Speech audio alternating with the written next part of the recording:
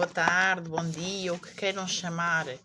Vamos para mais um profeta do nosso livro de educação e hoje vamos falar de Daniel, um embaixador do céu. Então vamos lá. Daniel e os seus companheiros em Babilónia foram na sua juventude aparentemente mais favorecidos pela sorte do que foi José nos primeiros anos da sua vida no Egito. No entanto, foram sujeitos a testes de caráter quase tão severos como os de José.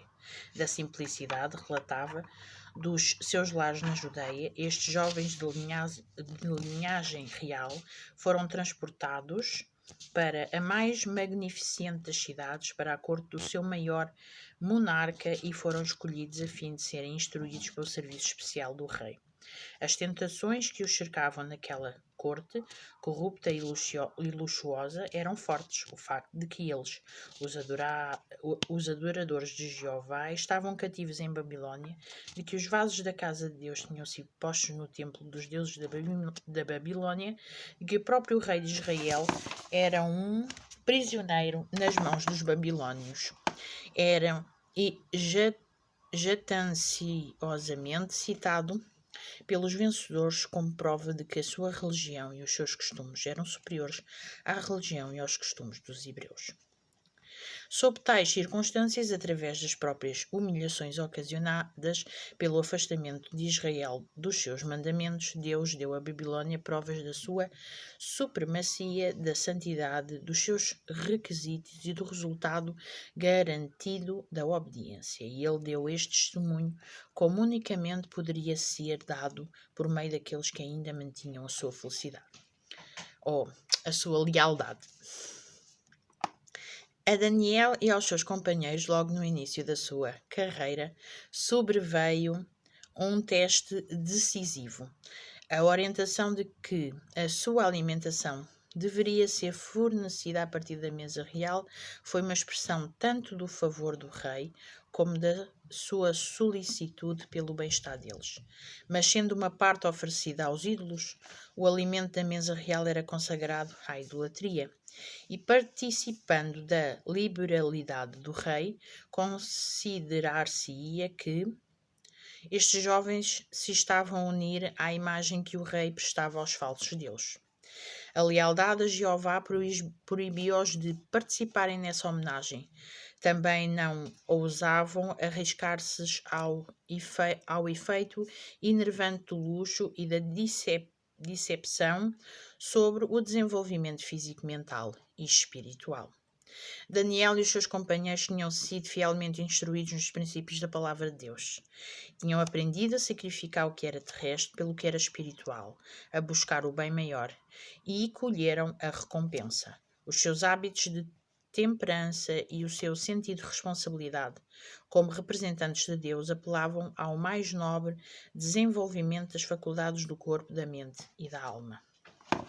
Na corte de Babilônia estavam reunidos representantes de todas as terras, homens com os melhores talentos, homens que estavam entre mais ricamente favorecidos com dons naturais e que eram possuidores de mais elevada cultura que este mundo poderia conferir. Contudo, entre todos eles, os cativos hebreus não tinham igual. Não tinham rival na força e na beleza físicas, no vigor mental e nas concepções literárias, e em toda a matéria de sabedoria e de inteligência sobre o que o rei lhes fez perguntas, os achou 10 vezes mais doutos do que todos os magos ou astrólogos que havia em todo o reino. Inflexível na sua fidelidade a Deus, invencível no domínio de si, a nobre dignidade e a deferência cortês de Daniel ganharam para ele, na sua juventude, o favor e a eterna amizade do oficial pagão que se encarregava dele, as mesmas características assinalaram a sua vida.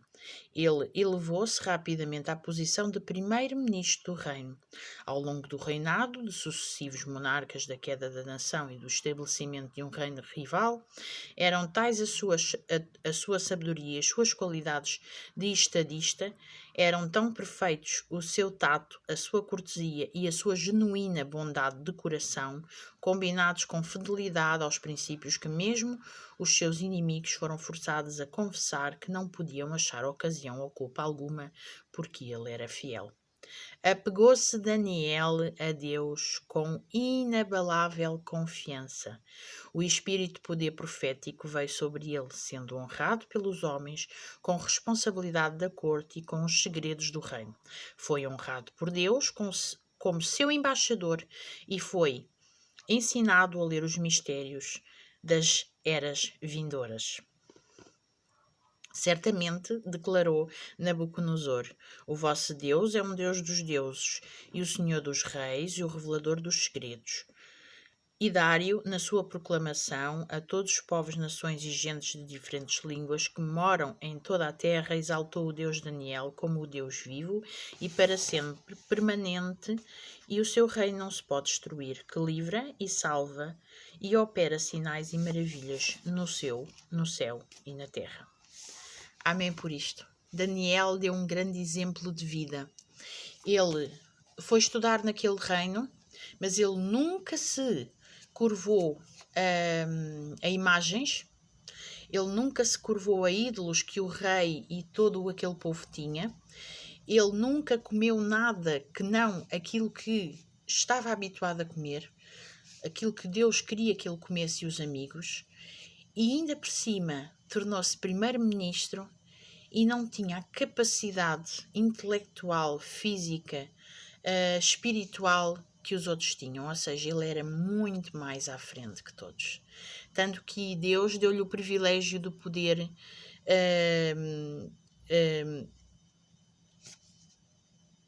tentar ler os sonhos do rei, os mistérios que envolvia eles, e ele foi um grande profeta. Ele sofreu muito, como na cova dos leões, com os seus amigos, mas Deus esteve sempre, porque ele teve sempre uma fé inabalável, aquela fé nunca se desfez. E quando o rei o pôs dentro da cova dos leões, e depois quando abriram, o que é que aconteceu? Os leões estavam calmos e eles estavam bem, como na fornalha ardente. Jesus esteve dentro da fornalha, não deixou que eles se queimassem. Porquê? Porque os outros também viram uma imagem, viram alguém que lá estava dentro que não os deixou queimar. Era Jesus.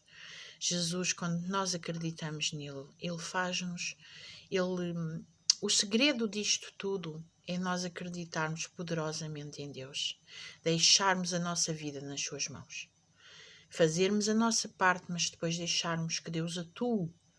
Isso é que é o segredo da nossa vida cristã, da nossa vida como crente, como adventista, como desbravador. É isso que nós precisamos de ter realmente no nosso coração. Espero que tenham gostado. Um beijinho a todos e fiquem bem neste dia.